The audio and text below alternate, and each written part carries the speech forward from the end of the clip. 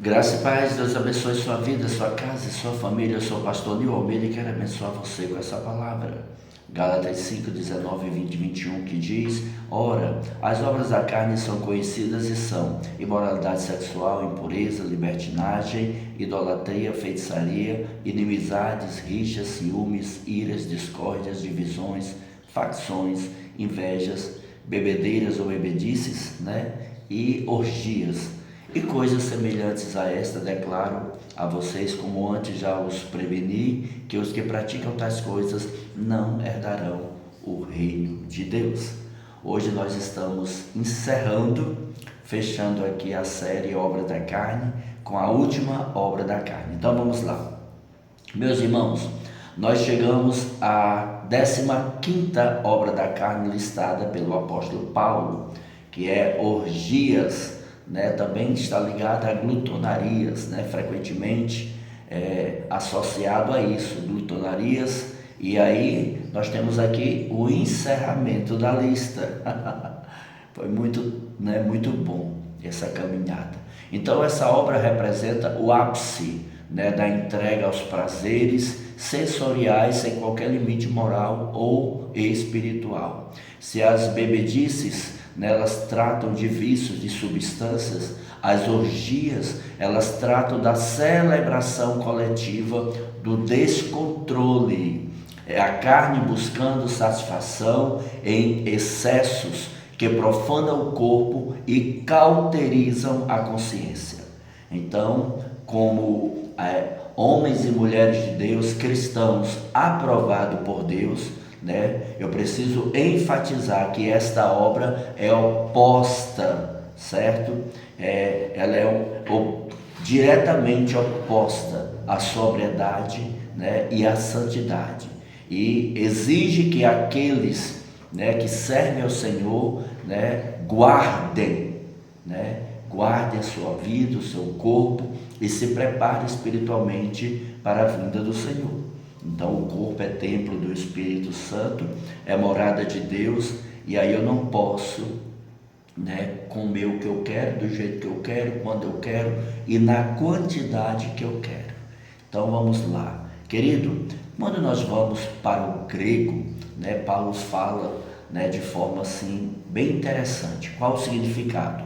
Originalmente refere-se ao desfiles festivos em honra a divindades pagãs, como Dionísio, que envolviam músicas excessivas, danças, lascívias, bebedices, imoralidades públicas. Então as orgias estavam ligadas a tudo isso. E quando a gente compreende esse fator, e quando a gente compreende essa verdade, é interessante entendermos, querido, que particularmente essa orgia é um estado de festança desenfreada. Lembre-se disso. Não se trata apenas de uma festa, mas de um ambiente onde todos os freios morais são removidos em nome de um prazer coletivo. Então o termo carrega a ideia de arruaça, de dissipação. Na cultura da época era comportamento esperado em celebrações idólatras. Para Paulo é uma evidência clara de uma vida que ainda não foi crucificada com Cristo, transformada pelo poder do Espírito Santo. É a busca por uma alegria baseada no excesso da degradação. Então, quais são as manifestações das orgias, das orgias, aliás? Então, as orgias, primeiro, busca incontrolável por prazer.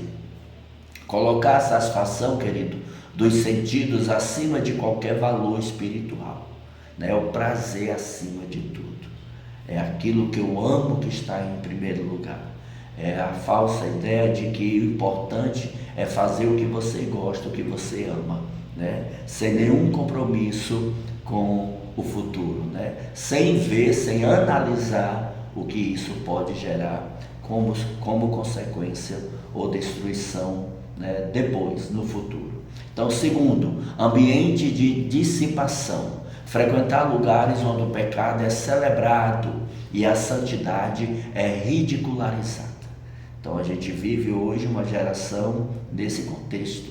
3, glutonaria, né, a comilança excessiva. Né? Quantos crentes estão enraizados, acorrentados, aprisionados, ancorados nesse pecado?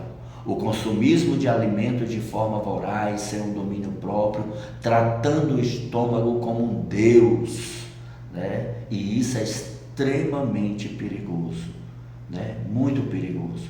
Filipenses 3,19, vamos ver aqui. Filipenses 3 e 19. Vamos ver aqui o que é que Deus tem para nós. Espírito Santo diz assim: o destino deles é a perdição, o Deus deles é o ventre, a glória deles está naquilo que deveriam se envergonhar, visto que só pensam nas coisas terrenas. Meu Deus! Então, eu conheço muitos crentes, que na hora de comer, você não sabe mais, você não vê mais nenhuma espiritualidade na pessoa.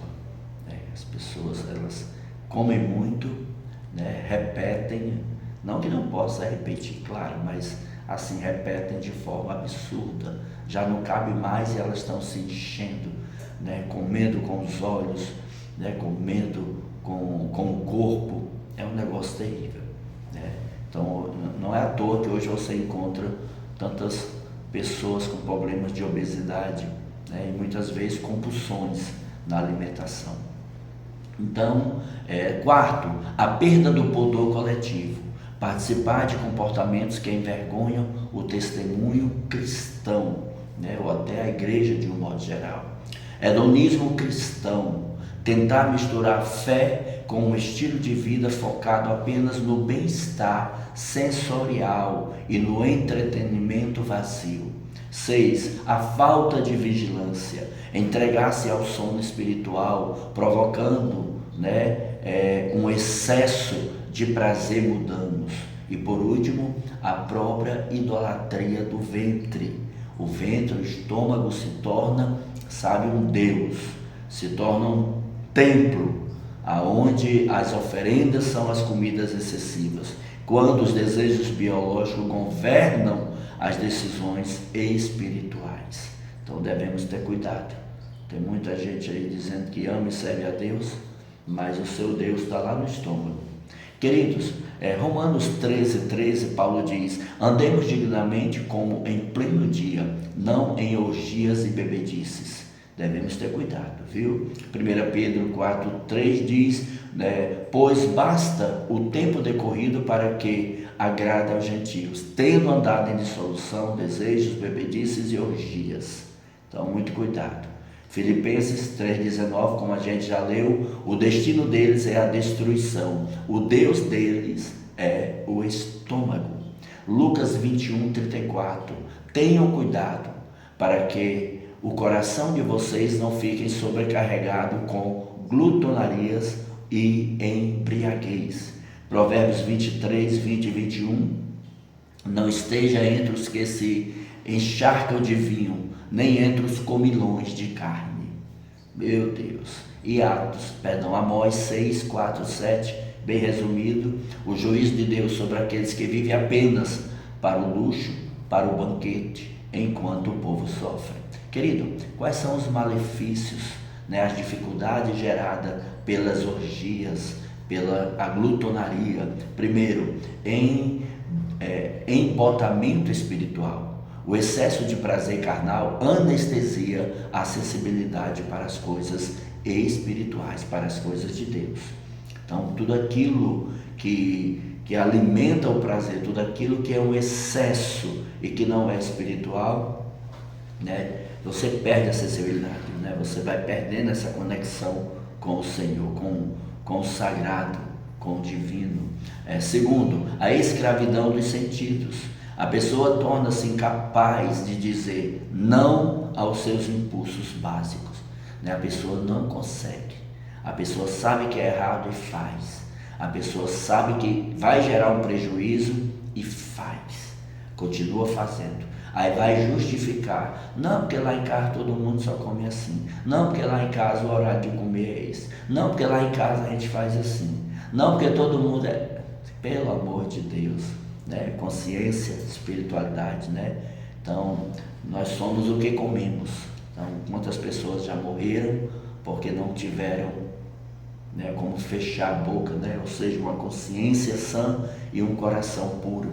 Então, dando continuidade, ruína financeira e familiar. O estilo de vida baseado em orgias e glutonarias consome recursos e destrói a estrutura do lar. E por último, a vulnerabilidade moral. No ambiente de orgia, todas as outras obras da carne, seja imoralidade, ira, discórdia, encontram um terreno fértil. Bem, então vamos lá, como evitar e vencer a glutonaria, né? As orgias. Vamos lá, querido, o corpo foi feito para o Senhor. A primeira coisa que você tem que aprender é isso. E o Senhor para o corpo.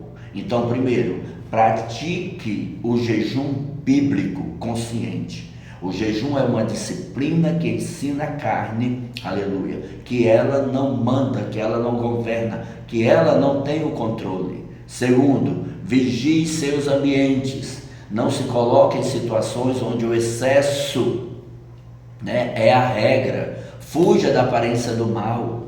Então assim, vai no lugar, põe um pouquinho, come. Quer repetir? Põe mais um pouquinho, come. Ou então põe uma quantidade que você vai comer uma única vez e pronto. E não belisca aqui, belisca ali, belisca acolá. Ainda tem que levar uma sacola para casa. Essa cultura, né, é terrível, querido. A não ser que os anfitriões, né, ofereçam, mas tem gente que já vai pedir mesmo. Eu posso levar para minha mãe, posso levar para o meu pai, eu posso levar para minha avó, eu posso levar para o meu sobrinho, eu posso levar para o primo da minha prima, que é primo do meu primo. E aí vai, tem gente que já anda com a sacolinha de lado. É terrível isso, terrível, né? Terceiro, cultive a sobriedade. Aprenda a desfrutar da bênção de Deus, né? Aprender a comer, aprender a conviver, ter gratidão, ter moderação, né? Quarto, alimente o espírito. Quanto mais você satisfaz, né, na presença de Deus, menos você precisa de excessos mundanos para se sentir vivo, né? Então, muito cuidado. Quinto, mantenha a perspectiva eterna. Lembre-se que esse mundo passa, mas aqueles, querido, que fazem a vontade de Deus permanecem para sempre. Aleluia. Querido, Clemente de Alexandria lhe disse: a comida deve ser para a vida, não a vida para a comida. O excesso transforma o homem em animal. Sério. É muito bom ouvir isso. Pessoas que comem, né, sem regra, sem controle, pessoas que são, né, descontroladas, compulsivas, né? Então há um perigo muito grande nisso. John Wesley disse: a glutonaria e a busca por prazer vão, né, a glutonaria e a busca por prazeres vãos são os assassinos silenciosos da devoção cristã. É forte. Charles Spurgeon, ele disse: um corpo sobrecarregado por excesso raramente abriga uma alma que voa alta em oração. Pessoas que comem demais, elas não têm compromisso com a oração. É muito complicado. E para fechar, meu irmão, dentro da nossa perspectiva e da nossa esperança, né, nós precisamos estar preparados para um banquete celestial, para um banquete espiritual. Aleluia. As bodas do Cordeiro, segundo Apocalipse 19:9. Jesus frequentemente usou a imagem da ceia do banquete para descrever o reino de Deus e não a obra da carne. No entanto, há uma diferença eterna. O banquete de Cristo é baseado em comunhão, em santidade, em alegria espiritual e, acima de tudo, em controle e domínio próprio. As orgias da carne, elas são, querido, uma paródia diabólica dessa promessa. Então, muito cuidado. Cristo é o pão da vida e veio para satisfazer a fome que nenhuma comida ou prazer terreno pode saciar. Irmãos, na cruz ele teve sede para que pudéssemos beber da água da vida. Vencer a orgia, querido, ou as orgias, é entender que a nossa verdadeira satisfação não está no muito desse mundo, aleluia, mas no tudo que Cristo oferece. Bendito seja Deus. Quando nos separamos, querido, sabe, de todas as questões carnais, de todas as questões pecaminosas, e nos sentamos na mesa do Senhor, aprendemos, aleluia, que a temperança é o fruto, aleluia, da graça de Deus em nós. Ele nos convida para uma mesa de pureza, aonde o prazer santo é a satisfação eterna da sua presença. Louvado seja Deus. Pai, em nome de Jesus, eu oro, abençoo a sua vida, declaro sobre você a bênção do Senhor. Que o Senhor repreenda toda glutonaria, que o Senhor repreenda, meu Deus, toda orgia, todo prazer terreno, toda satisfação terrena descontrolada e governada por desejo e prazer da carne. Mas sobre cada um de nós a bênção do Senhor, o domínio próprio, a sabedoria e como saber lidar com isso, em nome de Jesus. Amém e graças a Deus. E não se esqueça, há um Deus dos céus olhando para você, há um Deus dos céus preocupado com você e há um Deus dos céus que ama você. Deus te abençoe rica e poderosamente e que você desfrute da bênção do Senhor. Louvado seja Deus. Amém? Então acredito que amanhã eu vou trazer só um desfecho, um fechamento aqui da obra da carne, né? E depois eu trago o fruto do Espírito. Um abraço e a paz.